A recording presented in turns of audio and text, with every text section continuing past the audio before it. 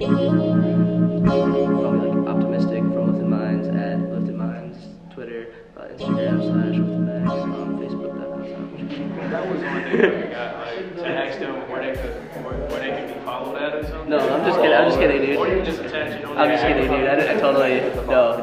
Don't do that. Optimistic, be so real. I'm sorry. I think I use sarcasm as a defense mechanism when I'm in these situations. It's gonna be your person. Why do you, in your perspective, why do you use sarcasm as a defense mechanism? It's gonna go deep. Man, my mom, she Okay, so we have here optimistic for the Face Forward theme question, which is, in your perspective, how can one or few inspire new ideals and innovation without breaking valued traditions? You see, that's a really good question because I think the art of nature is to recreate things and to innovate things and to change them. And you know, a lot of times people think that completely contradicts tradition. And you know what I mean? A lot of people that become artists grow up and they have kind of like an anger or like a little disconnect or a distrust to like the things that they were given and the system that they're living in, and they're like, oh, I can, you know, paint a picture to make myself feel different, or I can write a song and maybe make people think different so I can change things, or, you know, they usually use art as an outlet to get away from the things that the frame that they've been placed within. And I think that's very valuable about art, and I think that's one of the most powerful things art can do for you, is to take you outside of where you are and take you above the walls that have been built for you, I guess. But at the same time, tradition, I think, and you know, I mostly study hip hop, and hip hop is something that's like, it's very much heavily embedded in tradition and in the culture, and you know, it goes back hundreds and hundreds of years. And if you want to be a dope MC or like you want to be known in hip hop, like you have to, there's like, you're being, you're part of a legacy, you know, you're part of a tradition, and there's like a certain style and a certain lifestyle that you have to convey, kind of. And I think all that comes from the same things that art offers.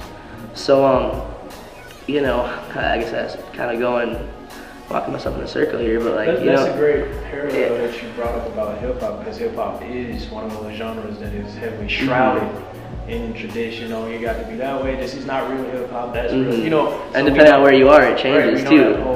Do you think, to kind of shift the question a little bit more, do you think that whole argument helps or hurt hip hop, as far as like, if you know, you have this MC or rapper that comes in and his or her style is, you know, not as conventional, or you know, not as, you know, East Coast, or like, do you think, you know, and you know, people in the audience, the hip hop audience, or the judges that sit on these magical events that say that it's not hip hop or it is hip hop, do you think that hurts or helps?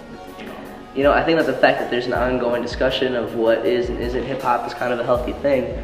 But you know, it also goes into like any other art form or medium, and really in any other place in our society, where there's always going to be that battle between what was then and what is coming now.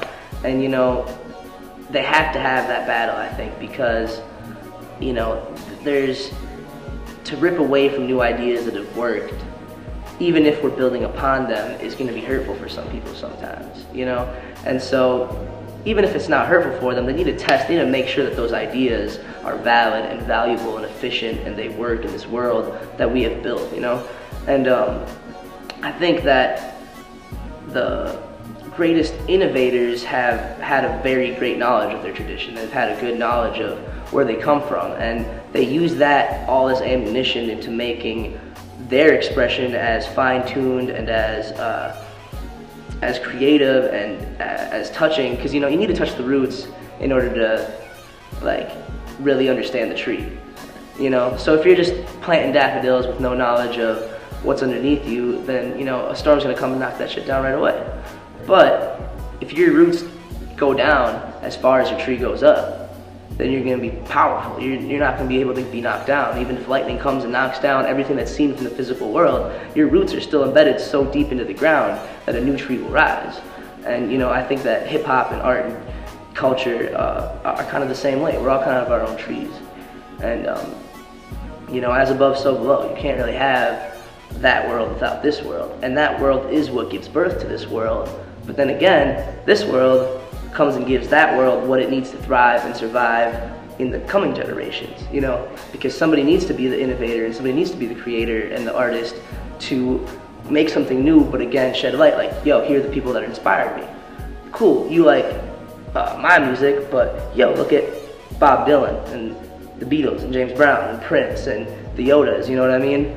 And you always need to have that balance. And I think that that like both ends of those teeter-totter, both of those weights on the teeter-totter is gonna be what keeps it afloat, and what keeps it being a powerful medium, not only for the younger kids who don't understand that old tradition, don't understand where it's all coming from and why that matters, but also for the old heads who like grew up among that thing that is now kind of giving way to something new. And for them to really appreciate it, and for the kids to really appreciate what was, it has to kind of meet in the middle. And I think that's where the most powerful art happens. And that's why even in hip hop, where it's very criticizing against itself, and it says, oh, that's that new shit, that ain't cool. Oh, that old stuff, oh, Rakim did that 20 years ago, you know what I mean? But both of those dialogues are what allow a beautiful center to form. And again, it's gonna change for everybody too, So depending on how you look. To answer your question, how can one or a few inspire new ideas and innovation without breaking by your tradition? So basically you're saying, you know, it has to I be guess I give and didn't take. say how, yeah. It has to be give and take is what you're saying, like building, Yeah. you know, give and take and then building. Exactly, and like really, if I was going to focus on the how for a second, you know, you need to grow your roots.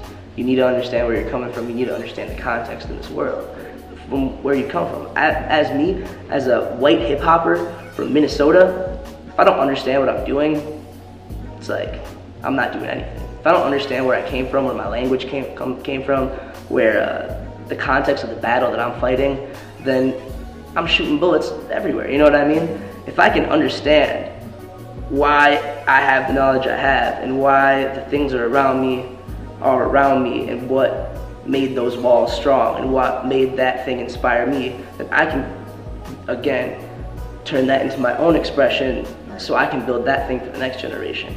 And by having that knowledge and that understanding and that respect, that's how you can make the best innovation, I think. And that's how it can be the most powerful tool.